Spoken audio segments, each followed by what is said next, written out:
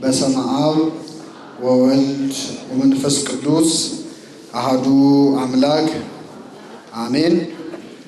እግዚአብሔር አምላካችን ከመካከላችን ሆኖ እንዲያስተምረን እንዲመክረን ምስጢሩን ጥበቡን እንዲገልጥልን የእርሱ ቅዱስ ፈቃድ ይሁንልን። እግዚአብሔር በቸርነቱ እንዲያስተምረን ቅዱስ ፈቃድ ይሁንልን።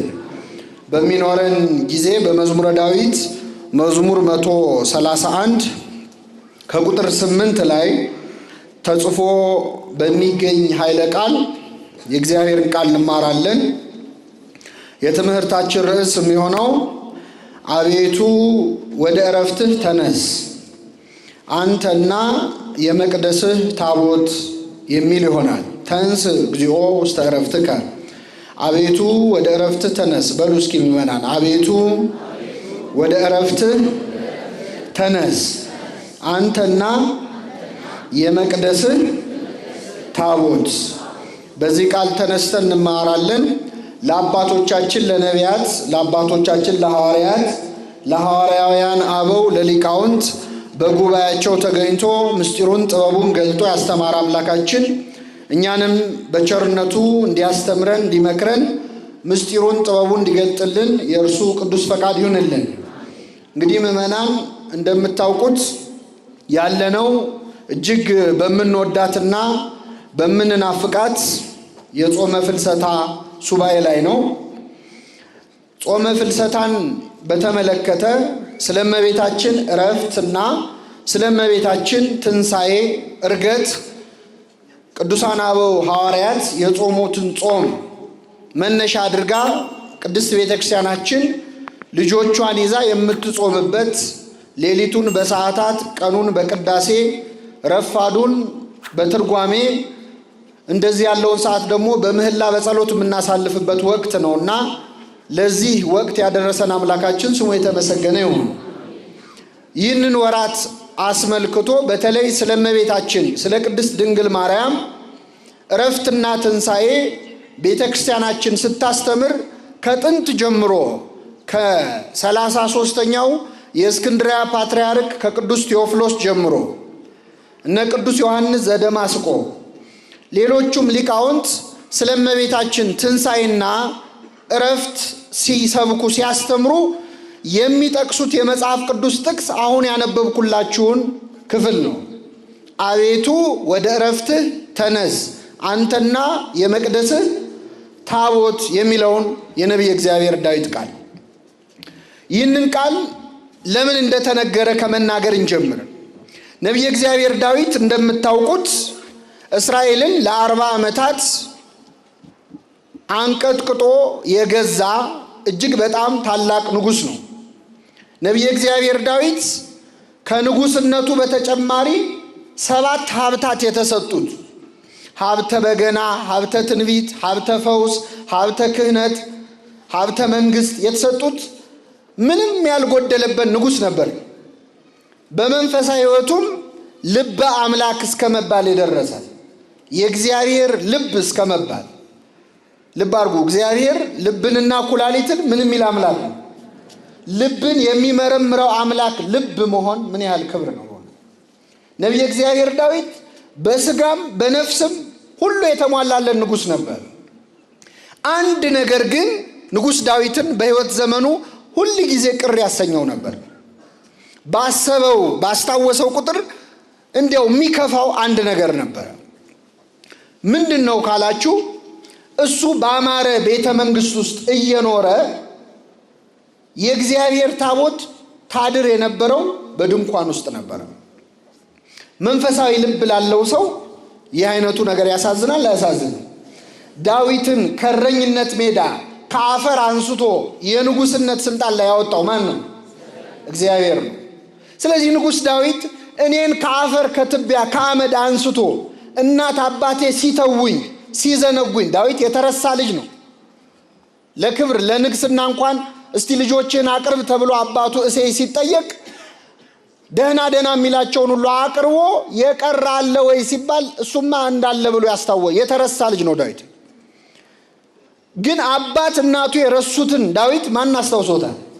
ስለዚህ ስረሳ ያስታወሰኝን ከእረኝነት ሜዳ አውጥቶ በግ ከመጠበቅ ሕዝብ ወደ መጠበቅ ስልጣን ላይ ያወጣኝ የአምላኬ የእግዚአብሔር ታቦት በድንኳን ውስጥ አድራ እኔ እንዴት በአማረ ቤተ መንግሥት ውስጥ ተኛለሁ እያለ ዳዊት እጅግ ያዝን ነበር። ስለዚህ የእግዚአብሔር ቤተ መቅደስ ማነጽ አለብኝ መቅደሱን ብሎ በልቡ አሰበ። ግን ደግሞ የእግዚአብሔርን መቅደስ ለመስራት ቤተክርስቲያንን ለመስራት የማን ፈቃድ ያስፈልጋል? ሰው እንኳን የእግዚአብሔርን ቤት ለመስራት የራሱንም ቤት ለመስራት የማን ፈቃድ ያስፈልጋል? እግዚአብሔር ቤትን ካልሰራ ሰራተኞች በከንቱ ምን ይላሉ? ስለዚህ እስቲ እግዚአብሔርን ላስፈቅድ ልጠይቅ ብሎ በዘመኑ የነበረውን የእግዚአብሔር ነቢዩ ናታንን አስጠራው። ናታን ወደ ዳዊት መጣ። ዳዊት እንዲህ አለው፣ የእግዚአብሔር ታቦት ማደሪያ የሚሆን ቤተ መቅደስ ላንጽ አስቤያለሁ፣ ግን ፈቃድ እግዚአብሔርን ደግሞ አላውቅም። ይፈቀድልኝ እንደሆን መቅደሱን እንድሰራ እባክህ ሱባኤ ያዝና ጠይቅልኝ እግዚአብሔርን አለው ለነቢዩ ናታን። ነቢዩ ምን አለ? አይ ብቻዬን ሱባኤ አልይዝም፣ አብረን ጸሎት እናደርጋለን፣ ሱባኤ እንይዛለን፣ የእግዚአብሔርን ፈቃድ እንጠይቃለን ተባባሉ። ከኔ ጋር ናችሁ ምእመናን? አሁን ለሁለት ሱባኤ ያዙ። ማና ማን? ዳዊትና ናታን። በዚህ ሱባኤ ላይ ጸለዩ አብረው። አሁን ከፍ ብዬ ላንብብላችሁ። መዝሙረ ዳዊት መዝሙር 130 አቤቱ የዳዊትን ገርነቱን ሁሉ አስብ፣ የዋህቱን የልቡን ቅንነት አስብ። ለእግዚአብሔር እንደማለ ለያዕቆብ አምላክ እንደተሳለ ምን ብሎ? ወደ ቤቴ ድንኳን አልገባም፣ ወደ መኝታዬም አልጋ አልወጣም። ለዓይኖቼ መኝታ ለቅንድቦቼም እንቅልፍ ለጉንጮቼም እረፍትን አልሰጥም። ለእግዚአብሔር ቦታ ለያዕቆብ አምላክ ማደሪያ እስካገኝ ድረስ ብሎ እንደተሳለ አስብለት እያሉ ያንተን መቅደስ ሳልሰራ እንቅልፍ አይወስደኝም ማለቱን አስብ እያሉ ዳዊትና ናታን በግራ በቀኝ ሆነው እግዚአብሔርን መለመን ጀመሩ። ይገርማቸዋል ምእመናን። ሱባኤው ሲጠናቀቅ እግዚአብሔር መልስ ሰጠ። በአጭሩ የእግዚአብሔር መልስ ምን መሰላችሁ? ዳዊት በምንም ተአምር ቤተ መቅደሴን ሊሰራ አይችልም። መቅደሴን ምን ሊል አይችልም? በእጅ ደም ፈሷል። ስለዚህ የኔን መቅደስ እንድትገነባ አልፈልግም፣ አልፈቅድም ነበር የእግዚአብሔር መልስ። ይህን መልስ ግን ለዳዊት ሳይሆን ለነቢዩ ናታን ነበር እግዚአብሔር የገለጠለት። አሁን ናታን ሱባኤው ካለቀ በኋላ ወደ ዳዊት ሲመጣ እያዘነ ነበር። መርዶ ሊያረዳው ነው። ንጉሥ ሆይ እግዚአብሔር በአንተ መቅደሱ እንዲሰራ አልፈቀደም አለው፣ እየፈራ እየተባ። ይገርማቸዋል። ዳዊት ምንም አልመሰለውም። ችግር የለውም አለ። አንተ አይደለህም መቅደስን የምትሰራው እግዚአብሔር ብሏል። ከአንተ ይልቅ በአንተ የሚተካው ልጅ ሰሎሞን መቅደሴን ይሰራል ብሏል አለው። ችግር የለም አለ ዳዊት። እኔ ከሊባኖስ ዝግባ መጣለሁ፣ አከማቻለሁ፣ እሱ መቅደሱን ይሰራል፣ ችግር የለውም አለ። ዳዊት ቅር እንኳን አላለውም። ለምንድን ነው ቅር ያላለው ካላችሁ፣ በዚያ ሱባኤ ላይ እግዚአብሔር ለናታን ዳዊት መቅደስ መስራት እንደማይችል ሲገልጥለት፣ ለዳዊት ደግሞ ሌላ ራእይ አሳይቶት ነበረ። በዚያ ሱባኤ ላይ ዳዊት ያየው ከእንጨት ከብረት ከድንጋይ የማይሰራ ያልተሰራ የሰው እጅ ያልነካት ሕያዊት መቅደስ ከዳዊት ዘር እንደምትወለድ፣ በዚያች መቅደስ ላይ እግዚአብሔር በማህፀኗ እንደሚያድርባት አሳይቶት ነበር። ይህች መቅደስ ማናት? እመቤታችን። ከሱ ዘር በሰው እጅ ያልተሰራች መቅደስ እንደምትወለድ፣ እሷ ተወልዳ ደግሞ ክርስቶስን እንደምትወልደው አየ። ደስ አለው ዳዊት። አሁን ላንብብላችሁ። እነሆ በኤፍራታ ሰማነው አለ። በየት ሰማነው? አየው። ተመልከቱ። ከሱ ዘር ድንግል ማርያም ተወልዳ እሷ እግዚአብሔርን በማህፀኗ ታቅፋ አየና፣ እነሆ በኤፍራታ ሰማነው፣ በዱር ውስጥም አገኘነው፣ ወደ ማደሪያዎቹ እንገባለን፣ እግሮቹ በሚቆሙበት ስፍራ እንሰግዳለን። አቤቱ ወደ ዕረፍትህ ተነስ፣ አንተና የመቅደስ ታቦት፣ ካህናት ጽድቅን ይልበሱ፣ ቅዱሳንህም ደስ ይበላቸዋል። እግዚአብሔር የተመሰገነ ይሁን።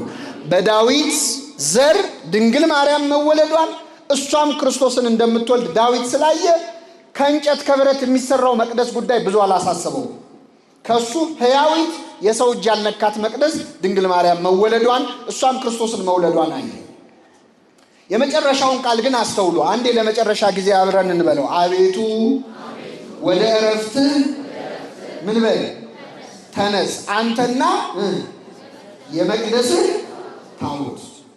ይህ ቃል በኦርቶዶክሳዊት ቤተክርስቲያናችን ትርጓሜ አቤቱ እግዚአብሔር ሆይ ወደ ዕረፍትህ ወደ መንግሥተ ሰማያት ተነስ፣ አንተና መቅደስ የተባለ የሰውነትህ ማደሪያ የሆነች ታቦት ድንግል ማርያምን ይዘህ ከሞት ተነስ አስነሳት ማለት ነው። ይሄ አባቶቻችን ትርጓሜ ነው።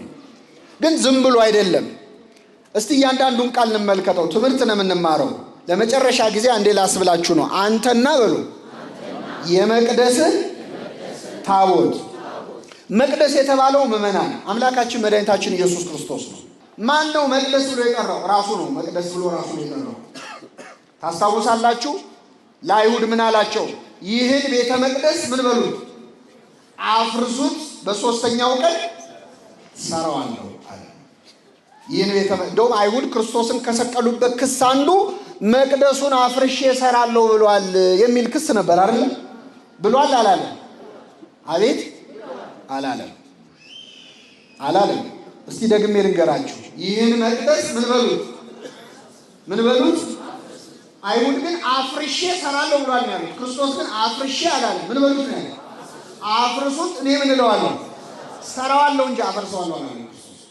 አይሁድ ናችሁ እንጂ እነሱ ያሉትንማ ተከትላችሁ አትበሉ። ተመልከቱ። ክርስቶስ መቅደስ ሲል እንዴት ከ46 ዘመን ጀምሮ ሲሰራ የኖረ መቅደስ በ3 ቀን አፍርሼ እሰራለሁ ይላል አሉ። እርሱ ግን ስለ ሰውነቱ ቤተ መቅደስ ይል ነበር ይላል። ስለዚህ ክርስቶስ መቅደስ ብሎ የጠራው ምኑን ነው? የገዛ ሰውነቱ። የክርስቶስ ሰውነት ምን ተብሎ ይጠራል? መቅደስ። አንድ ልጨምርላችሁ። ዮሐንስ ራእይ ምዕራፍ 7 ነው።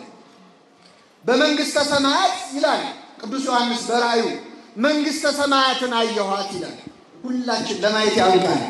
የእግዚአብሔር መንግሥት ምን ትመስል ይሆን? ምዕመናን እስቲ አንዴ በሐሳባችሁ አስቡ። ምን ልትመስል ትችላለች? በህሊናችሁ አሰባችሁ? ካሰባችኋት እሷ አይደለችም። እሺ፣ ምክንያቱም መጽሐፍ ቅዱስ ይላል በሰው ልብ ምን ያላለች ያታሰ አንተ ካሰብካት እሷ መንግሥተ ሰማያት አለ። ይሄ አበባ በአበባ የሆነ ቦታ ነው ያያችሁት መሰለኝ። አሁን እንደው የኑሮ ችግር የሌለበት ምን መንግሥተ ሰማያት በሰው ልብ ምን ያላለች ያልታሰበች። እዚያ ለመገናኘት ያብቃን አምላካችን።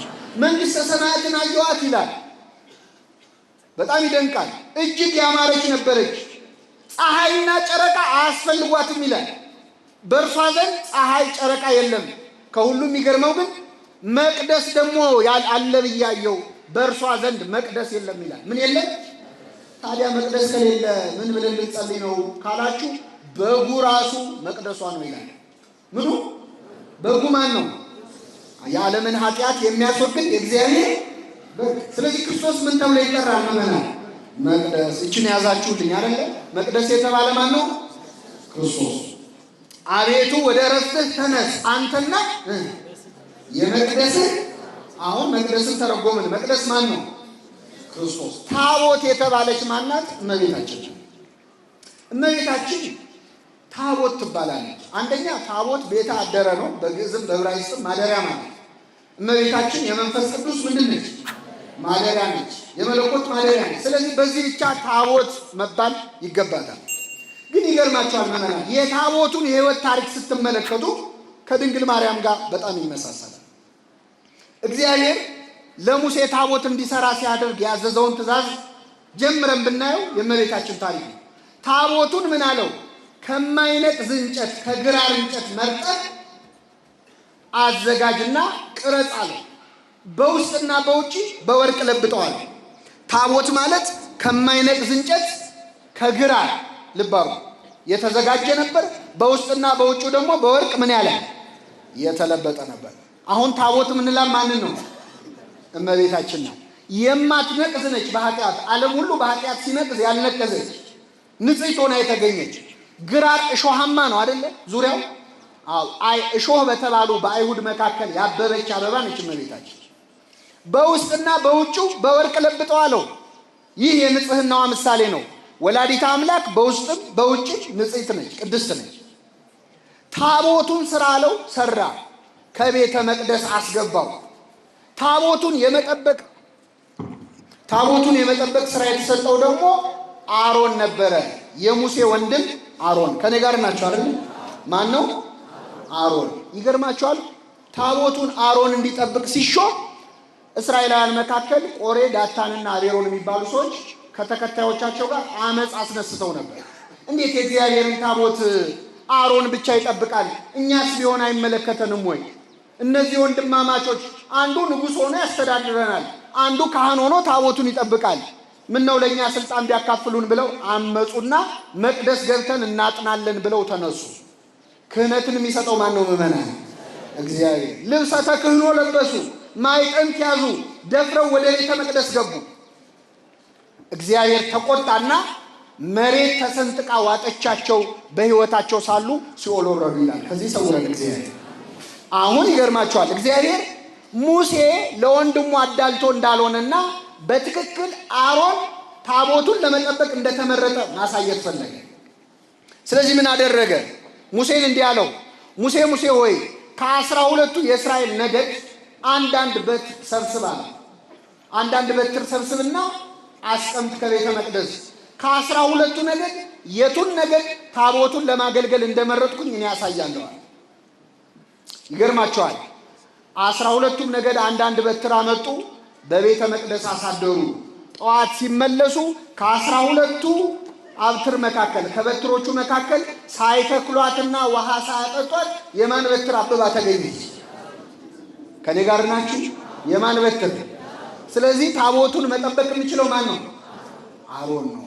በጣም ይገርማል። እመቤታችንንም ለመጠበቅ እኮ ቅዱስ ዮሴፍ በትሩ አብቦ ስለተገኘ ነው የተመረጠው። ስለዚህ አማናዊት ታቦት ማን ነች? እመቤታችን ነች። ምናልባት ይሄ ከራቀባችሁ ምዕመናን በጣም አስደናቂው ነገር ያለው ሁለተኛ ሳሙኤል ምዕራፍ 6 ላይ 4 ነጥቦች አሉ። ድንግል ማርያም በትክክል የእግዚአብሔር ታቦት መሆኗን የሚያሳይ ምን ሆነ? በሁለተኛ ሳሙኤል ምዕራፍ 6 ላይ የእግዚአብሔር ታቦት ወደ ዳዊት ከተማ መጣች ይላል። ንጉሥ ዳዊት ወሬ ነጋሪዎች መጡና ንጉሥ ሆይ የእግዚአብሔር ታቦት እኮ ወደ አንተ እየመጣች ነው ብለው ነገሩን ለዳዊት። ዳዊት ታቦቱ ወደ አንተ ሊመጣ ነው ሲባል ፈራ፣ ተንቀጠቀጠ። ታቦት ወደ እናንተ ቤት ሊመጣ ነው የሚባል አትፈሩ? ምን አለመሰላችሁ ዳዊት? የእግዚአብሔር ታቦት እንዴት ወደ እኔ ይመጣል አለ። እስቲ ከኔ ጋር በሉ፣ የእግዚአብሔር ታቦት እንዴት ወደ እኔ እንዴት ይመጣል አለ። ታቦቱ እኔ ኃጢአተኛ ነኝ፣ ታቦቱ እንዴት ወደ እኔ ይመጣል አለ። የለም የእግዚአብሔር ፈቃድ ነው፣ ታቦቱ መጣ። ይገርማል። ታቦቱ ሲመጣ ሲያይ ግን ዳዊት ገና ታቦቱ ሊመጣ ነው ሲባል ሲፈራ እንዳልነበር ልክ ታቦቱን ሲያይ ፍርሃቱ ሁሉ ለቀቀውና በደስታ ተሞላ። ከዙፋኑ ወርዶ ልብሰ መንግስቱን ወዲያ ወርውሮ በእግዚአብሔር ታቦት ፊት እየዘለለ ምን አደረገ? አመሰገነ፣ ዘመረ። ታቦቱ ፊት ዘለለ። ሜልኮል እንደውም እስክትነቀው ሚስቱ ሜልኮል በአሽሙር ሁሉ ተናገረችው። እንዴት አማረብህ እንደው ስትዘል አለችው። በእግዚአብሔር ታቦት ፊት የሚዘምሩ ሰዎችን የሚንቁ ሰዎች መቅሰፍት ነው የሚያጋጥማቸው። ሜልኮል በዛ ንቀቷና ሳቋ ምክንያት እስከ ሞተች ድረስ አልወለደችም ይላል። ምን እስካለች ድረስ? ከሞተች በኋላ ወልዳለች፣ ያው አልወለደችም ማለት ነው አይደል? እንደዚህ ከመሆን ይሰውራል። ታቦቱ ፊት የሚዘምሩ ሰዎችን የሚንቁ ሰዎች ይቀሰፋል። ዳዊት ዘለለ። የዘለለው ግን እንደው እንዲህ በዘል ያምርብህ። አንዳንድ ሰዎች አሁን መዝለል ሲያምራቸው መዝሙር ላይ ምናምን ጭፈራ አይሉት ምን አይሉት ይንፈራፈሩና ምን ነው ስሏቸው ዳዊት ዘሏል ይላል። ዳዊት እኮ አንድ ቀን የዘለለው ስንት ቀን? ከዚያ ይልቅ ግን ሌሊትና ቀን አልጋይን በእንባ አጥባለሁ ይላል። ምን ነው ምሳሌ ካረጉት ዳዊትን ምን አለ በእንባ ቢያጡ። አንድ ቀን የዘለለው ሲዘልም እንደው እንዲህ በዘል ያምርብኛል ብሎ በስጋዊ አይደለም በመንፈስ ተሞርቶ በእግዚአብሔር ታቦት ፊት ምን አለ? ዘለለ። ሁለት ነገር ነገርኳችሁ። ታቦቱ ሊመጣ ነው ሲባል የእግዚአብሔር ታቦት እንዴት ወደ እኔ ሲያየው ታቦቱን ምን አደረገ? ሶስተኛ የእግዚአብሔር ታቦት ይላል ወደ ዳዊት ከተማ እየገባች እያለ ድንገት በሬዎች ደነበሩና ሰው በሰው ላይ ሲጋፋ ታቦቱን ያከበሩትን ካህናት የተሸከሙትን ካህናት ሰው ገፋቸው። ሲገፋቸው ታቦቱን ሊጥሉ ደረሱ። ይህን ጊዜ ኦዛ የተባለ ወጣት አየና አይ የእግዚአብሔር ታቦትማ ሲወድቅ ዝም ብያ ላይ ብሎ ሮጦ ሄዶ ታቦቱን ያዘ። ደገፈው እንዳይወድቅ ማለት። ልክ ታቦቱን ሲነካ ግን በዚያ ስፍራ ተቀሰፈ፣ ወዲያውኑ ሞተ ይላል። የዚያም ስፍራ ስም የኦዛ ስብራት ተብሎ ተጠራ። ይህ ሰው ያሰበው ሐሳብ ጥሩ ነው መጥፎ ነው? ምዕመናን እውነቱን ተናገሩ። ጥሩ ነው አይደል? ግን እግዚአብሔር ጥሩ ላደረገው ምን መለሰለት? ክፉ መለሰለት? አዎ ክፉ ነው የመለሰለት። ቀሰፈ። በሰማይ ዋጋ ግን ሊሰጠው ይችላል አይችልም? ለሐሳቡ ለጥሩ ሐሳቡ ሰማይ ቤት ዋጋ ያገኛል። በምድር ግን አርአያ እንዳይሆን ቀሰፈ። ሐሳቤ ጥሩ ነው ብሎ ሥርዓተ ቤተክርስቲያን መጣ ሲቻል ለሐሳቡ በሰማይ ትሸለማለህ፣ ምድር ላይ ግን ትቀሰፋለህ። ከዚህ ሰው ወደ ለማንኛውም መንካት የሌለበትን ታቦት ነክቶ ምን ሆነ? ተቀሰፈ። አራተኛ ይገርማቸዋል። የእግዚአብሔር ታቦት ይላል እዛው ምዕራፍ ላይ በጌት ሰው በአቢዳራ ቤት 3 ወር ያህል ቆየች ይላል። ስንት ወር ቆየች? በዚህ ምክንያት ላይ እግዚአብሔር የአቢዳራን ቤት ባረከለት። ታቦት ወደ ቤቱ ስለገባ ቤቱ ተባረከ ይላል። 4 ነጥቦች አየን። አሁን ታቦት ናት እያልን ያለ ነው ማንን ነው? እመቤታችንን ነው። ዳዊት ታቦቱ ወደሱ ሲመጣ ምን አላልኳችሁ? የእግዚአብሔር ታቦት እንዴት ወደኔ ይመጣል? ይህችን ንግግር አልሰማችኋትም? አዲስ ኪዳን ወደ ኤልሳቤጥ ቤት ስትመጣ ኤልሳቤጥ ምን አለች? ምንቱኑ አነ ከመ ትምጽእ ሀቤ እሙ ለእግዚእየ፣ የጌታዬ እናት ወደ እኔ ልትመጪ እንዴት ይሆንልኛል አለች። ይህን ቃል ዳዊት ለማን ነበር የተናገረው? ለታቦቱ ነው። ለሐዲስ ኪዳኗ ታቦት ለድንግል ማርያም ደግሞ ኤልሳቤጥ ደገመችው። ክብር ምስጋና ይድረሳት እመቤታችን። ተመልከቱ፣ ዳዊት የእግዚአብሔር ታቦት እንዴት ወደ እኔ ይመጣል አለ። ኤልሳቤጥም የጌታዬ እናት እንዴት ወደ እኔ ትመጣለች። ዳዊት ታቦቱን ሲያይ ምን አደረገ? አቤት የሰላምታሽ ድምፅ በጆሮዬ በገባ ጊዜ ጽንሱ በማኅፀኔ በደስታ ዘለለ። ታቦት ፊት ይዘለላል። አያችሁ፣ ዳዊት ለታቦቱ ዘለለ። ቅዱስ ዮሐንስ ለአማናዊቷ የሐዲስ ኪዳን ታቦት ለድንግል ማርያም ምን አደረገ? ዘለለ።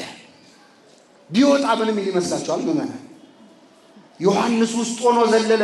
ቢወጣ እንደው የጌታዬ እናት ወደ እኔ ትመጭ ዘንድ እንዲወጥ ይሆናል የሚል አይመስላችሁ?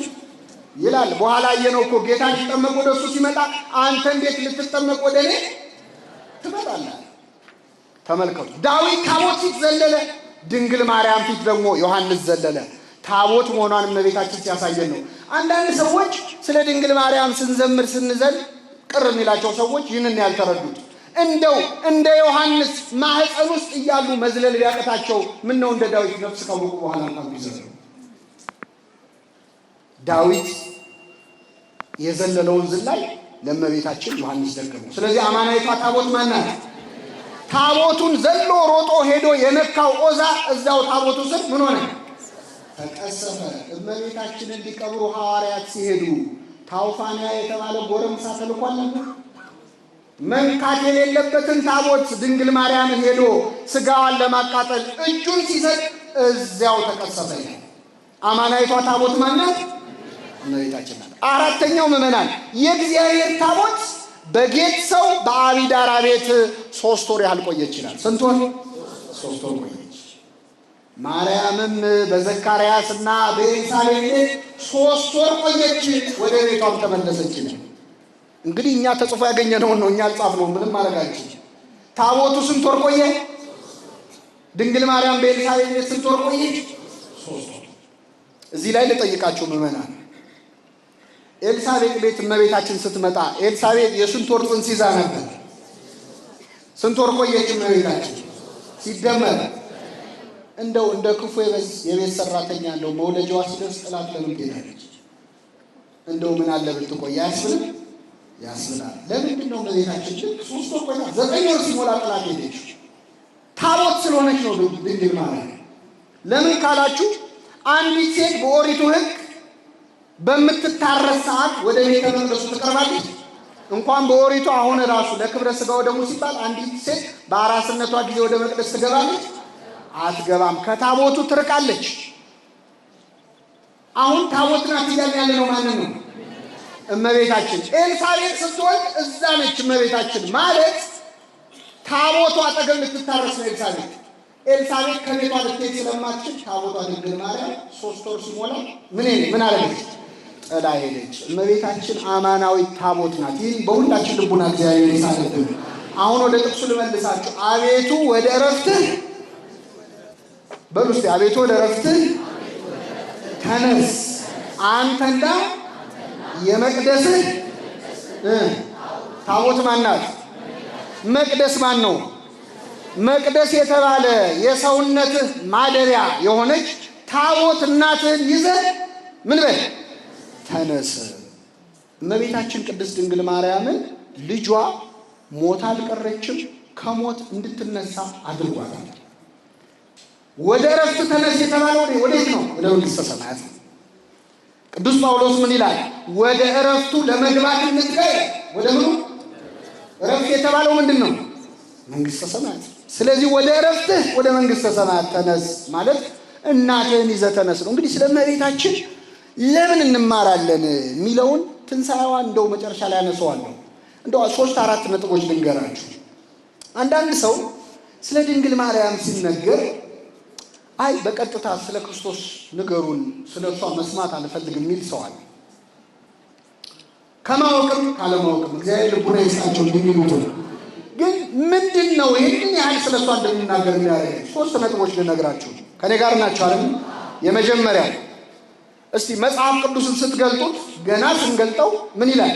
እግዚአብሔር በመጀመሪያ ሰማይንና ምድርን ፈጠረ ይልና እግዚአብሔር ሰኞ ይሄን ፈጠረ፣ ማክሰኞ ይሄን ፈጠረ፣ ረቡዕ ይሄን ፈጠረ፣ ሐሙስ ይሄን ፈጠረ ብሎ ዓርብ ዕለት አዳምን ፈጠረ። ከአዳም ጎን ደግሞ ማንን ፈጠረ ይላል። ነው አይደለም? ነው። እንበልና ምእመናን መጽሐፍ ቅዱስ ሲጀምር ሰማይና ምድርን ትቶ ስነ ፍጥረቱን ትቶ ገና ስንገልጠው እግዚአብሔር በመጀመሪያ አዳም የሚባል ሰው ፈጠረ ቢል ኖሮ ግራ ይገባናል አይገባም? ጥያቄ አይፈጥርም? ምክንያቱም አዳምን ፈጠረ ብሎ ከጀመረ አዳም ከየት ነው የመጣው የሚል ጥያቄ አያስነሳም? ያስነሳ። እንኳን ሳይጻፍ ተጽፎም እኮ አሁንም ከጦጣ ነው ከዝንጀሮ ነው የመጣ ነው የሚል ሰው አለ። ሰው የመጣው ከዝንጀሮ ነው ብለን እናምናለን? አናምንም። ሰውን የፈጠረ ማን ነው? እግዚአብሔር።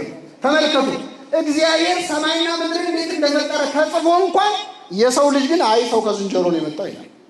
ተጽፎ እንኳን ባይጻፍ ደግሞ የበለጠ ይነሳ ነበር።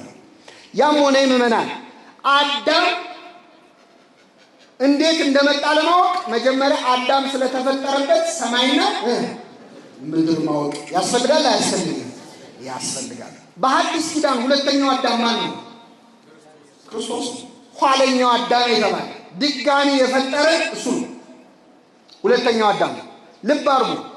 የመጀመሪያው አዳም ከየት እንደመጣ ለማወቅ መጀመሪያ ስለ ሰማይና ስለ ምድር አፈጣጠር ማወቅ ያስፈልጋል አያስፈልግም? ሁለተኛው አዳም ክርስቶስ እንዴት እንደመጣ ለማወቅ ደግሞ ስለማን ማወቅ ያስፈልጋል? ስለመሬታችን። አዳምን ለማወቅ አዳም ስለተገኘባት መሬትና ሰማይ ማወቅ ያስፈልጋል። እንደዚሁ ክርስቶስን ለማወቅ ክርስቶስ ስለተገኘባት ዳግሚት ሰማይ ዳግሚት ምድር እመቤታችን ማወቅ ያስፈልጋል አያስፈልግም? ያስፈልጋል። ሁለተኛው ምእመናን እዚሁ ላይ የምናነሳው አዳምና ሔዋን ከገነት ተባረሩ ነው። አሁን አንዳንዴ ስንጸልይ አባታችን ሆይ ካልን በኋላ እመቤታችን ቅድስት በመልአኩ በገብርኤል ሰላምታ እንላለን አይደል? ለምን እንደምንል ልነግራችሁ። ሁለተኛው የሰው ልጅ ከገነት የወጣበት ታሪክ ኦሪት ዘፍጥረት ምዕራፍ 3 ላይ ተጽፏል። ከገነት ተባረርን ከመባሉ በፊት ግን ቀደም ያለ ታሪክ አለ። ሰይጣን ከአራዊት መካከል ተንኮለኛው መርጦ እባብን መርጦ ወደ ማን ላከው? ወደ ሔዋን ላከው። ሔዋን ጋር ቀርቦ ሰላምታ ቀርቦ ዕፀ በለስን ብትበሉ መልካም ነው ብሎ ክፉ ምክር መክሮ በዚያ ምክንያት የሰው ልጅ ከገነት ወጣ። ልብ አድርጉ። ስለዚህ የሰው ልጅ እንዴት ከገነት ወጣ የሚለውን ለማወቅ መጀመሪያ እባብና ሔዋን ያደረጉትን ምን ማንበብ ያስፈልጋል? ቃለ ምልልስ ማንበብ ያስፈልጋል። ግልጽ ነው አይደል? አዳምን ለማወቅ አዳም የተፈጠረባትን ሰማይና ምድር ማወቅ ያስፈልጋል። አዳም እንዴት ከገነት እንደወጣ ለማወቅ ደግሞ ምን ያስፈልጋል?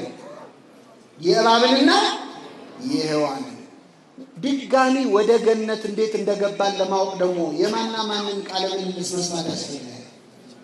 የእመቤታችንንና የገብርኤልን ጸጋን የተሞላሽ ሆይ ምን ይበልሽ? ደስ ይበልሽ። ይህንን ደጋግማ ቤተክርስቲያን የምትዘምረው ለምን ይመስላችኋል? በሔዋን ምክንያት ከገነት እንደወጣም በድንግል ማርያም ምክንያት ድጋሚ ወደ ገነት ምን ብለናል? ገብተናል። ትንሿ ብላቴና የ15 ዓመቷ ልጅ ከገነት የወጣውን የሰው ልጅ ድጋሚ ወደ ገነት መልሰዋለች። እግዚአብሔር ያሳያችሁ። እንዲያውም አጠያየቋ ሁሉ ይገርማል። ቅዱስ ገብርኤል ወደ እመቤታችን መጣ። አሁን ይኸውላችሁ ሰይጣንን ሆነን ብናስበው ማለት ሰይጣን በጣም ሲነበብ ደስ የሚለው ታሪክ ከመጽሐፍ ቅዱስ መጽሐፍ ቅዱስ ነው፣ ግን በጣም ደስ የሚለው ታሪክ ምንድነው ካላችሁ እባብ መጥቶ ሔዋንን ምን ያለበት ታሪክ ነው። ለምን ከጀርባ ማንሰላለ ራሱ ደስ ይለዋል። ጎሽ ሰራውላችሁ። ሰይጣን ሲነበብ ቅጥል የሚያደርገው ምዕራፍ የቱ ነው ካላችሁ የዚህ ተቃራኒ የሆነ ታሪክ በሐዲስ ኪዳን አለ። ማና ማን የተነጋገሩ ቃል? ገብርኤልና እመቤታችን። በዛኛው ቃለ ምልልስ ከገነት ወጣን፣ በዚህኛው ቃለ ምልልስ ድጋሚ ወደ ገነት ገባን። ተቃራኒ ነው። በእውነት በጣም ይገርማል። ሔዋን ታዛ የእባብን ቃል ሰምታ ነው እሺ ብላ ነው ከገነት ያወጣችን። እመቤታችን ግን ጥያቄ በዛች ገብርኤል ይህ እንዴት ሊሆን ይችላል? ይህ እንዴት ያለ ሰላምታ ነው? ወንድ ስለማላውቅ እንዴት ይሆናል? ሔዋን አምላክ ትሆኛለች ተብላ ነው ከገነት ያስወጣችን። እመቤታችን ግን እንኳን አምላክ ነኝ ልትል እነሆኝ የጌታ ምኑ ባሪያው። በሔዋን ትዕቢት ከገነት ወጣን፣ በድንግል ማርያም ትሕትና ወደ ገነት ተመለስን። እመቤታችን ክብር ምስጋና ይድረሳት። ስለዚህ ይህ ታሪክ ሲተረክ እኛ ደስ ይለናል። ቤተክርስቲያናችን ተፈሲ የሚበዛው ለዚህ ነው። ይህንን ታሪክ ሲነበብ ሰይጣን ይቃጠላል። ወላዲተ አምላክ እኛ አሁን አንዳንድ ሰዎች በጣም ይገርማቸዋል። እንደው የምንታዘባቸው ለሰው ልጅ ውድቀት ምክንያት የሆነችው ከገነት ለመውጣቱ ምክንያት የሆነችው ማናት ብትሏቸው ሁሉም ሰዎች በአንድ ቃል የሚመልሱት ማናት ብለው ነው። ሔዋን። ለሰው ልጅ መዳን ምክንያት የሆነችው ማነች? አይሉም። ይገርማቸው። ሔዋን እኛን ከገነት ለማውጣት ካረገችው በላይ ድንግል ማርያም እኛን ወደ ገነት ለመመለስ ያደረገችው ይበልጣል አይበልጥም? ይበልጣል። ሔዋን እኮ አዳምን አልወለደችው፣ ከአዳም ተገኘች እንጂ። ወላዲተ አምላክ ግን ሁለተኛውን አዳም አስገኝታ ከመጀመሪያው እስከ መጨረሻው አብራ ሆና እነሆኝ የጌታ ባሪያ እንደ ቃሌ ይሁንልኝ ብላ ራሷን ሰጥታ እግዚአብሔር ልብ አድርጉ ምእመናን፣ ራሱን ለዓለም ከመስጠቱ በፊት ድንግል ማርያም ራሷን ለእግዚአብሔር ሰጥታለች። እነሆኝ የጌታ ምኑ ባሪያው ራሷን ሰጥታ እሱ ለእኛ ሕይወቱን እንዲሰጥ አደረገችልን እመቤታችን። ስለዚህ የመጀመሪያው ምክንያታችን ምእመናን ስለ እመቤታችን እንድንናገር የሚያደርገን ስለ ሁለተኛዋ ሔዋን እየተነጋገርን ነው። ከገነት እንዴት እንደወጣን ባወራንበት አፋችን ተመልሰን እንዴት ወደ ገነት እንደገባን እንዘምራለን፣ እናመሰግናለን። ይህ የመጀመሪያው ስለ እመቤታችን። ሌላው በጣም ተናገሩ የሚለን ከፍቅር ባሻገር ማለት ነው እመቤታችን በመኖሯ ምክንያት ብዙ ትርጉም ያገኙ ነገሮችም ስላሉ፣ አንደኛ በዚህ አጋጣሚ ብዙ እናቶች እህቶች አላቸው። የሴት ልጅ ክብሯም ከፍ ያለው በማን ምክንያት ነው? በድንግል ማርያም። እኔ ብዙ ጊዜ ብዬዋለሁ፣ የሴቶች ቀን መከበር ያለበት ግንቦት ልደታ ነው አይደል? ማርች 8 ምናምን አለ። መቼ ነው እናከብራለን? አይዟችሁ። ለምን ካላችሁ ለረጅም ዓመት ወንዶች ሴቶች ላይ ሲፎክሩ የኖሩት አንቺ እኮ ከወገኔ ከጎኔ የተገኘሽው እያሉ ወንዶች ሴቶች ላይ ይፎክሩ ነበር። ለረጅም ጊዜ ሴትን ያስገኘ ወንድ ነበር። ወንድን ያስገኘች ሴት አሁን መጣለች አልመጣለች? ማነች? እመቤታችን። ደስ አይላችሁም ምእመናን? ከዚህ በላይ አዳም ያስገኘችዋን ተገኘች። አንድ በሉ። ይህ ብቻ አይደለም። ረጅም ጊዜ ወንዶች ሴቶችን በአንቺ ምክንያት እኮ ነው ከገነት የወጣ ነው ይሉ ነበር። ይህ ሁሉ ዛቻ፣ ፉከራ ቀረ። አሁን ተንበርክከን በአንቺ ምክንያት ድጋሚ ወደ ገነት ብለን እናመሰግናታለን። እመቤታችን ድጋሚ ወደ ገነት መልሳናል። ስለዚህ ሴትነት ክብር ያገኘበት ከፍ ያለ ክርስቶስ ሴትነትን ሊያስከብር ነው የመጣው። ልብ አድርጉ። አጨራረሱን ትንሣኤውን የገለጸው ለሴቶች ነበር አይደል? መጀመሪያ ትንሣኤውን ያዩት ምኖች ናቸው? ሴቶች ናቸው። አንዳንድ ሰው ወሬው ቶሎ እንዲዳረስ ነው ይላል። ተስማማላችሁ? አይደለም፣ አይሆናችሁ። ሴት ልጅ ድሮ ለምስክርነት እንኳን አትበቃም ነበር። ለምስክርነት ማትበቃዋን ሴት ክርስቶስ ግን የትንሣኤው ምስክር አደረጋት። ትንሣኤን ተናገር ያላት። ክርስትና የጀመረው ሴት ልጅን ደስ ይበልሽ በማለት ነበር። ማንን? የተጠናቀቀው ሴት ልጅ ደስ ይበላችሁ እንድትል በማለት ነው። ይህን ማድረግ ይችላል አይችልም? እግዚአብሔር ይችላል። ሴትነት ግን ከምንም በላይ ከፍ ያለው በወላዲተ አምላክ። ምስጢረ ሥላሴ የገባን በሷ ነው። ይገርማችኋል። ምስጢረ ሥላሴ እኮ እንማራለን ግን አይገባም። የተማርነው ያስተማርነውም ሰዎች ይረቅብናል። እንዴት ነው አብ ወልድን ወለደ፣ ወልድ ከአብ ተወለደ? እንዴት ነው? አብ አንድያ ልጁን እስኪሰጥ ድረስ ዓለሙን እንዲሁ ወዷል ይላል አይደል? ደስ ይለናል ስንሰማው፣ ግን በደንብ አልገባን ብሎ ነበር። መቼ ነው የገባን ሲባል አባታችን ቅዱስ አባ ጊዮርጊስ ዘጋስጫ ልደት ቀዳማዊ ታውቀ በዳህራዊ ልደት፣ የቀደመው ልደት በሉ እስኪ በኋለኛው ልደት ታወቀ። ልብ አድርጉ። ከአብ የተወለድከው ልደት አልገባን ብሎን ነበር ይላል አባ ጊዮርጊስ። እንዴት ከአብ ተወለደ ያለ እናት ይሄ እንዴት ሊሆን ይችላል ስንል ኖረን ነበረ። አሁን ግን ገባን። ምክንያቱም ድንግል ማርያም ያለምን ወልዳ አየን፣ ያለ አባት ወልዳ አየን። ብቻዋን ወልዳ አሳየችን። የአብ ምሳሌ ነች ወላዲተ አምላክ። እግዚአብሔር አብ አንድያ ልጁን እስኪሰጥ ድረስ ዓለሙን እንዲሁ ወዷል። ይሄም አልገባን ብሎን ነበር። ድንግል ማርያም ዓርብ ዕለት ያለቀሰችውን ለቅሶ ስናይ ግን ለካ ልጅን መስጠት እንዲህ ነው ብለን ገባን። እመቤታችን ዓርብ ዕለት አልቅሳለች። ቅዱስ ዮሐንስ ዘደማስቆ ድንግል ማርያም ስትወልድ ያላማጠችውን ምጥ ዓርብ ዕለት አመጣዋለች። ስትወልድ አላማጠችም፣ ያለ ምጥ ያለ ጋር ነው። ዓርብ ዕለት ግን እያንዳንዱ ጅራፍ ሲወርድበት እያየች የእሱ የሥጋው ላይ ሰውነቱ ላይ ያረፈው ቁስል የእሷ የልቡናዋ ቁስል ነበር። ስለዚህ አብ እንዴት ልጁን እስኪሰጥ ወደደን የሚለውም የገባን በእመቤታችን ምክንያት ነው። ለዚህ ነው የአብ ምሳሌ ናት የምንለው። አብ ብቻውን ወለደ፣ ድንግል ማርያምን ብቻዋን ወለደች። እሱ ያለ እናት፣ እሷ ያለ አባት። ንግግሯም እንደ እግዚአብሔር አብ ነው። እግዚአብሔር አብ በደመና ሆኖ በታቦር ተራራ ምን አለ? የምወደው ልጄ ይህ ነው እርሱን ስሙት። እመቤታችን በቃና ዘገሊላ ሰርግ ቤት ምን አለች? የሚላችሁን ሁሉ አድርጉ። የአብ ምሳሌ ልጅ እመቤታችን። ስለዚህ ምስጢረ ሥላሴ የገባን በወላዲተ አምላክ ነው። ከሁሉም ምዕመናን አሁን የሰሞን ስለ እመቤታችን የሚነገርበት ወቅት ነው። የእመቤታችን ረፍቷ፣ የእመቤታችን ሞት። እኛ በመሰረቱ ተነሳች። አሁን አንዳንዴ ድንግል ማርያም ከሞት ተነሳች ሲባል በጣም የሚበሳጩ ሰዎች አሉ። እንዴት? የጊዜ ጉዳይ ነው እንጂ እኛ ራሱ ከሞት ምን እንላለን? ቁም ነገር ሆኖ ማለት ነው ለሷ። ድንግል ማርያም ተነሳች ሲባል የሚናደድ ሰው እኛ ኦርቶዶክሳውያን ምዕመናን ከመነሳቷ በላይ በጣም የሚገርምን መሞቷ ነው። ቅዱስ ያሬድ ሞት ለሟች ሰው ለሚሞት ሰው ይገባል፣ የማርያም ሞት ግን ሁሉም ያስደንቃል። ሕይወትን ወልዳ እንዴት ሞተች? ምዕመናን እሱስ የሞተው የእኛን ኃጢአት ተሸክሞ ነው ለዓለም ሁሉ ነው የሞተው። ወላዲተ አምላክ ኃጢአታችንንም ሳትሸከም እሷም ኃጢአት ሳትሰራ እንዴት ሞተች? እናዝናለን፣ እንገረማለን። በእመቤታችን ዕረፍት ያልገረመው ያልደነቀው። በእርግጥ እኛ ሞት እንፈራለን። የእመቤታችን ፍርሃት ግን ሰው እንደመሆኗ እንደ ሰብአዊነቷ ነው እንጂ ምንም ያስፈራ ነገር የለም። አሁን ሞት ትፈራላችሁ? አትፈሩ?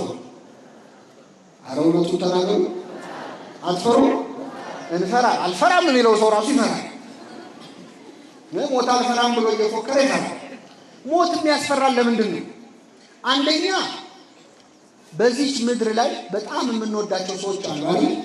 ከእነሱ ምን ማለት አይከብድም? ይከብዳል። ከቤተሰቦቻችን፣ ከወገኖቻችን፣ ከልጃችን፣ ባል ከሚስቱ፣ ሚስት ከባሏ ይጨንቃል። ሁለተኛ ምድር ላይ እንደው የሆነ ነገር ሳላሳካ እቅዴን እንዲህ ያደርጋለሁ ብዬ አንድ ነገር ሳላደርግ ብሎ ሰው ይፈራል። ሶስተኛው የሚያስፈራው ደግሞ በሰማይ ምን ይጠብቀኛል ነው አይደል? በግራ ቆም ይሆን በቀኝ ቆም ይሆን ያስፈራል። እመቤታችን ግን ከዚህ ሁሉ ነፃ ናት። ሞት ለሷ እንደኛ አይነት ፍርሃት ሊሆንባት አይችልም። ለምን? እኛ የምንፈራው በምድር ያሉ ወዳጆቻችንን እንዳናጣ አይደል?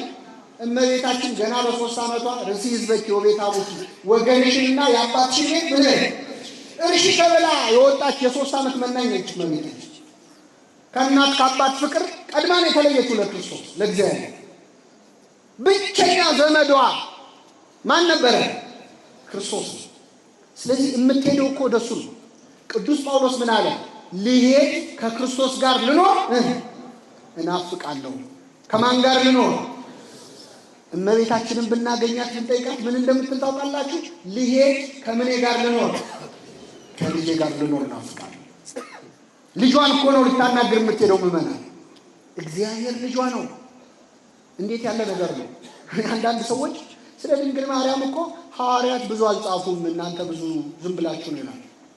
እንደው እውነት ነው የምነግራችሁ፣ የተጻፈው ነው ብዙ ነው እንበልና መጽሐፍ ቅዱስ ላይ ምንም ነገር ባይጻፍ አንድ አረፍተ ነገር ብቻ ይጻፍ፣ ክርስቶስን የወለደችው ማርያም የምትባል ድንግል ናት ብቻ የሚል ቢሆን መጽሐፍ ቅዱስ ላይ ያለው ከዚህ በላይ ሊጻፍ ይችላል? መልሱልኝ። ወለደችው ከማለት በላይ ምን አለ? ሐዋርያት 30 ቀን የሚቀኙ ወለደችው ከማለት በላይ ሊያከብሯት ይችላል? አይችሉም። ወለደችው ያለ ነው እኮ እግዚአብሔርን ነው ምዕመናን። አንዳንድ ሰው አይ ወልደዋለች በቃ ምንድነው እንዴ ያልመጨናነቅ ነው? አምላኩን ወልዶ የሚያውቅ ሰው አለ ወይ? ካለ ያሳዩንና እንተዋለን። መዝሙሩንም ጾሙንም እንተዋለን። እግዚአብሔርን ልጄ ብላ የጠራች እግዚአብሔር እማዬ ብሎ የጠራች ከእመቤታችን በቀር ማን አለች? ርቦኛል አላት እኮ እግዚአብሔር። ራበኝ ብሎ አይኗን አያት። እግዚአብሔር ቀና ብሎ የጠየቃት የለመናት ሲያለቅስ ራሱ እንባውን ጠረገችለት። የአምላክን እንባ አብሰዋለች። የአምላክን እንባ ባበሰችበት እጇ የሁላችንን እንባ ታብስልን። አይገርማችሁም ምዕመናን? አባብለዋል። ቅዱስ ኤፍሬም ሶርያዊ ደግሞ ለለባ የሚባል መዝሙር አለው፣ እሹሩሩ ማለት እየሰማችሁ። ቅዱስ ኤፍሬም ደግሞ ይገርማችኋል ምዕመናን፣ በጣም የገረመው ነገር ልቡን የነካው ምን መሰላችሁ?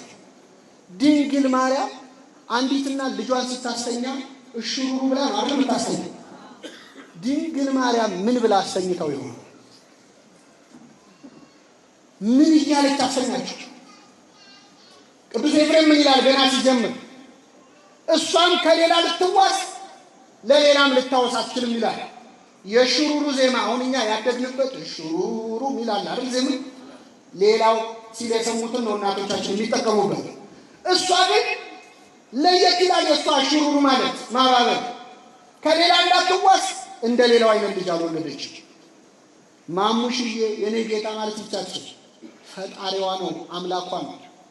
ምን ብለሽ አባብለሽው ይሆን ይላል። እሱ እኮ ቅዱስ ቅዱስ ቅዱስ እያሉ መላእክት ያለማቋረጥ ምን የሚሉለት ነው? ምን ብለሽ አስተኛሽው? የማይተኛውን አምላክ ምን ብለሽ አስተኛሽው?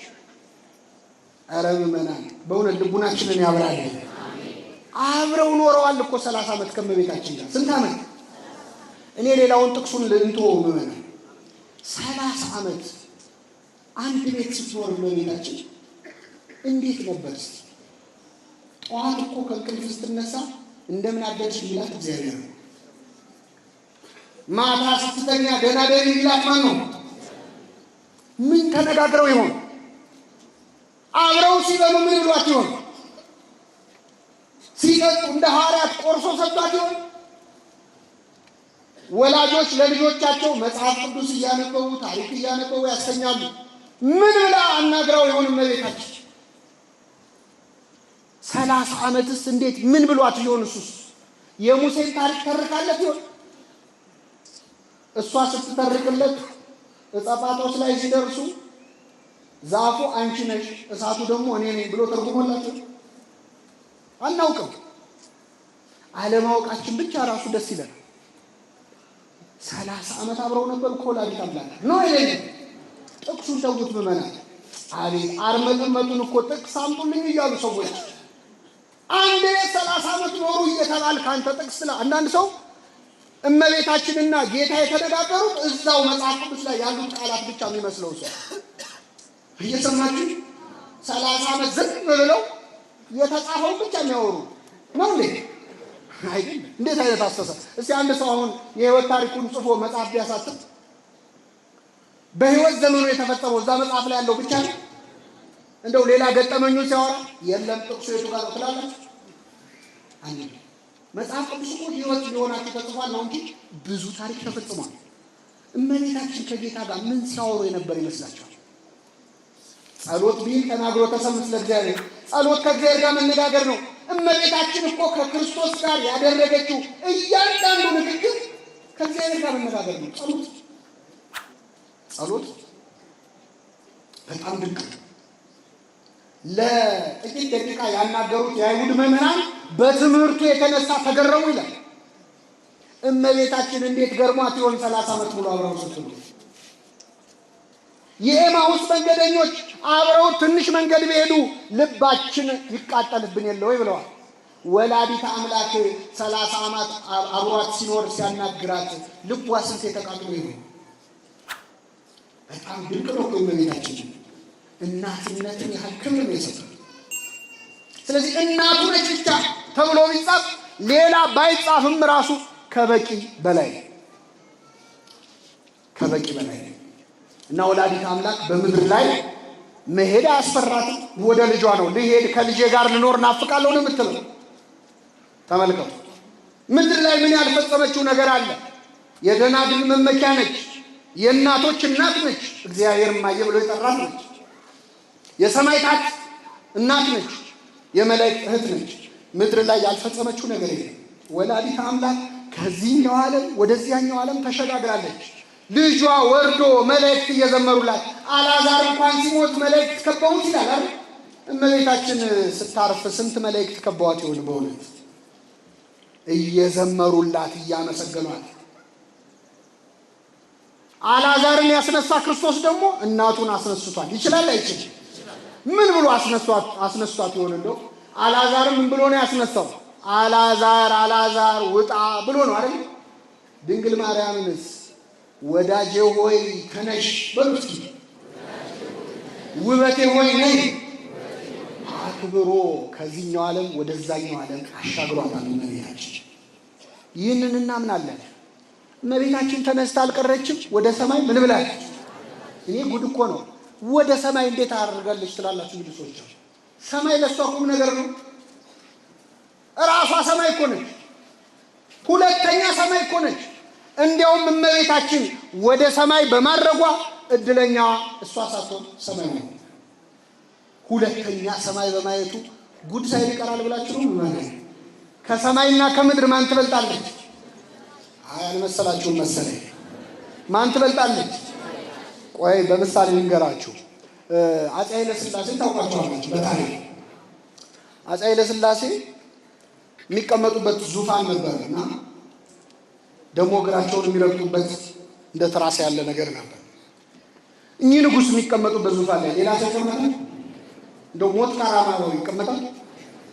እንደውም አፄ ኃይለ ሥላሴ እንኳን ዙፋን ላይ ፊት ብሎ ሰው ውሻቸው ራሱ አንድ ሰው ላይ በጣም ከጮች የሰውዬ መፈንቅለ መንግስት አስቧል ተብሎ ይታሰር ነበር እና እንደውም ከመኳንንቱ አንዱ ወደ ቤተ መንግስት ሲገቡ ውሻዋ ጮኸችባቸው።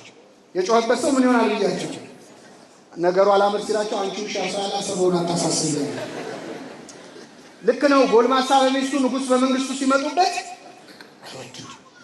ግን ይህ ንጉሥ ምመን ይህ ዙፋን ድንገት ቢሰበር እንደው ዙፋን የተሰበረ ብለው ለቅሶ ይቀመጣሉ? የእግር መረገጫቸው ቢበላሽ ቢቀደድ ተቀደደ ብለው ያለቅሳሉ? እናታቸው ብትሞትስ ያለቅሳሉ አያለቅሱ? ከእናትና ከዙፋን ማን ይበልጣል? አይሰማም። እግዚአብሔር ምን አለ? ሰማይ ዙፋኔ ነው በሉስ፣ ምድር ድንግል ማርያም ምን ሆነች? ከሰማይ ከዙፋንና ከእናት ማን ይበልጣል? ሰማይ አላሳደገውም፣ አላጠባውም። ድንግል ማርያም ግን አቅፏለች፣ አጥብተዋለች።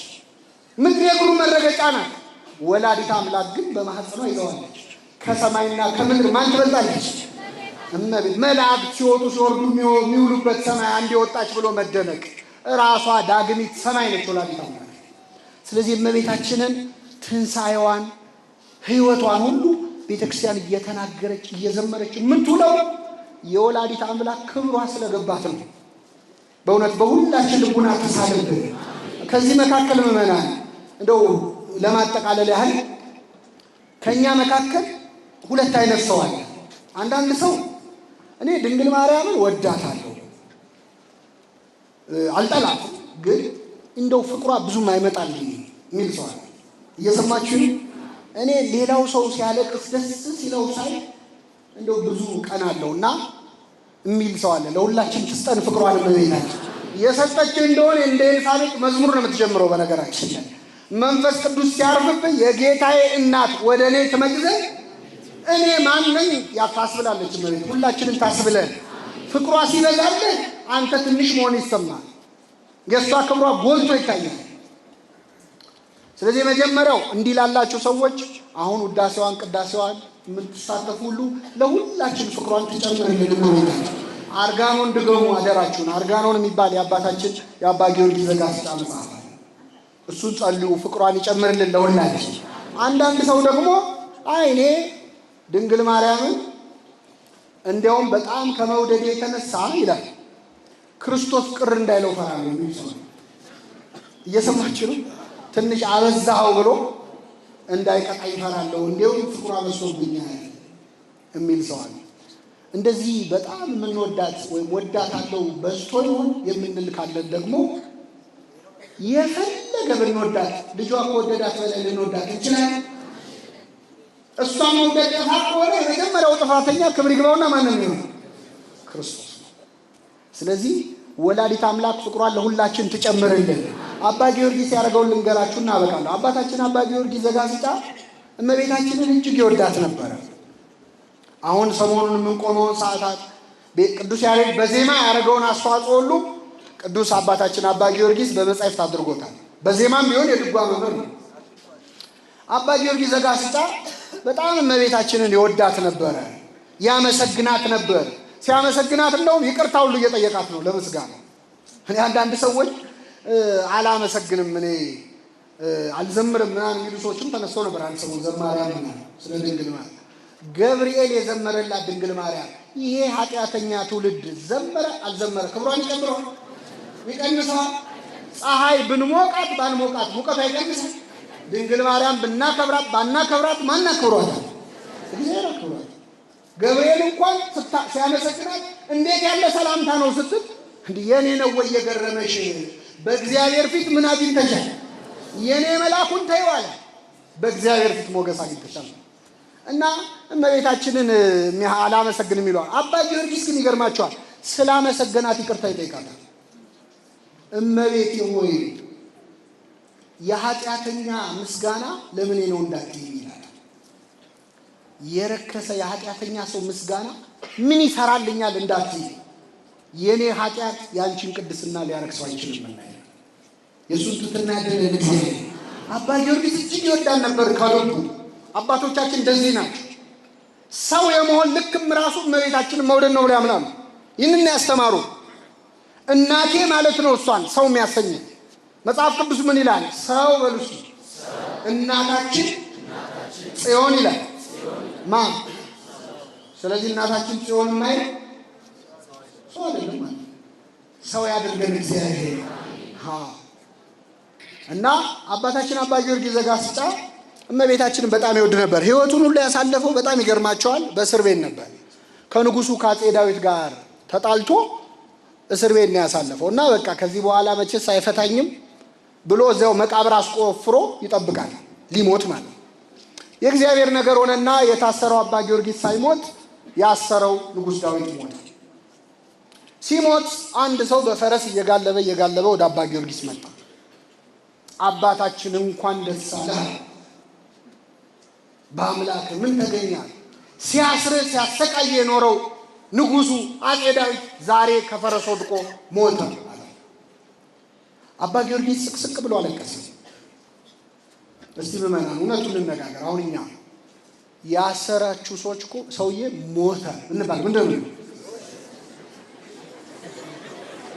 ትላላችሁ? አይ አንልም። መጀመሪያ ወይ ሞተ እንዴ እንላለን። ከዛ ነው የምንቀጥለው። አፈሩን ገለባ ያድርግለት እንጂ አይደለም የሚባለው፣ ሙቶ ቃሻ ያድርገኝ እንጂ። ከዛ ከፋይል እያወጣ እንሳደባለን። አባ ጊዮርጊስ ግን አለቀሰ። ምን ሆነህ ነው? ሲያስር ሲያሰቃይህ እኮ ነው የኖረው። ኧረ ከዚህ በኋላ 1000 ዓመት ኖሮ 1000 ዓመት ቢያስረኝ ይሻለኛል። ግራ ገባው። መልእክት ነገር እንዴ እሱ እኮ በጣም ነው የሚጠላህ፣ እንዴት እንዲህ ትላለህ? እኔን ቢጠላኝም ድንግል ማርያም ግን ይወዳል ነበር። አባቶቻችን የሚጠላቸው ሰው ራሱ እሷን ከወደደ ይወዱት ነበር። የእነሱ ፍቅር በሁላችን ልቡና ይሳልብን። የሰማነውን በልቡናችን